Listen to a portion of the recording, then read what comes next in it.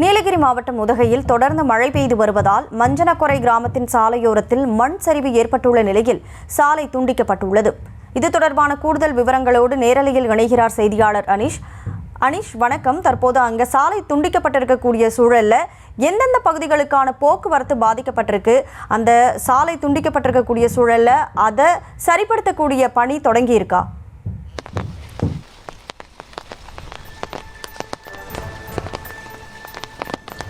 வணக்கம்.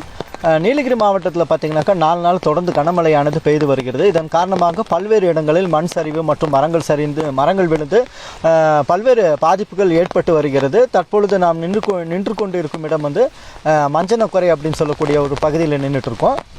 இந்த பகுதியிலிருந்து தான் அன்பு அண்ணா காலனி அப்படின்னு சொல்லக்கூடிய ஒரு இடத்துக்கு வந்துட்டு போகிறதுக்கு உண்டான ஒரு சாலை. இந்த பகுதியில் மஞ்சனக்கொரை அப்படின்னு சொல்லி இன்னொரு பேரும் இருக்குது. இதில் கிட்டத்தட்ட ஒரு 5000 குடும்பங்களுக்கு மேலே வசிச்சுட்டு வராங்க இந்த பகுதியில். தற்பொழுது இந்த சாலையானது கட்டுமான பணிகள் நடைபெற்று வருகிறது.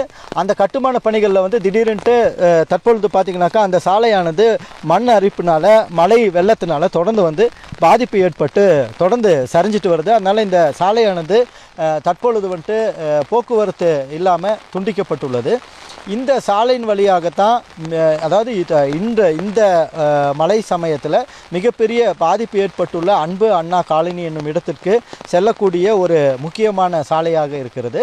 இந்த சாலை இன்னும் சிறிது நேரத்தில் மழை அதிகரிக்குமேயானால் கண்டிப்பாக இந்த சாலை முழுவதுமாக சரிந்து கீழே விழுந்துவிடும். அந்த சமயத்தில் இது தொடர்பு ஆனது துண்டிக்கப்பட்டுவிடும். இது இந்த பகுதிக்கு செல்லக்கூடியது இந்த ஒரே ஒரு சாலை இருப்பதால் மிகப்பெரிய ஒரு இடர்பாடு ஏற்படும் என்று சொல்லப்படுகிறது. தொடர்ந்து இந்த சாலையில் அதாவது நெடுஞ்சாலை துறையினர் தற்பொழுது தடுப்புகளை அமைத்து வாகனங்களை செல்ல விடாமல் தடுத்து நிறுத்தியுள்ளனர். மேற்படி இந்த மழை சமயத்தில் அந்த இடத்தில் பணிகளை மேற்கொள்ள முடியாது என்று சொல்லியிருக்கிறார்கள். தொடர்ந்து இந்த பணியானது இன்னும் சிறிது நேரத்தில் இந்த சாலை சீரமைக்கும் பணியானது தொடர்ந்து நடைபெறும் என கூறப்படுகிறது. தொடர்ந்து இந்த சாலை வழியாக வாகனங்கள் இயக்கப்படாமல் நிறுத்தப்பட்டு வருகிறது.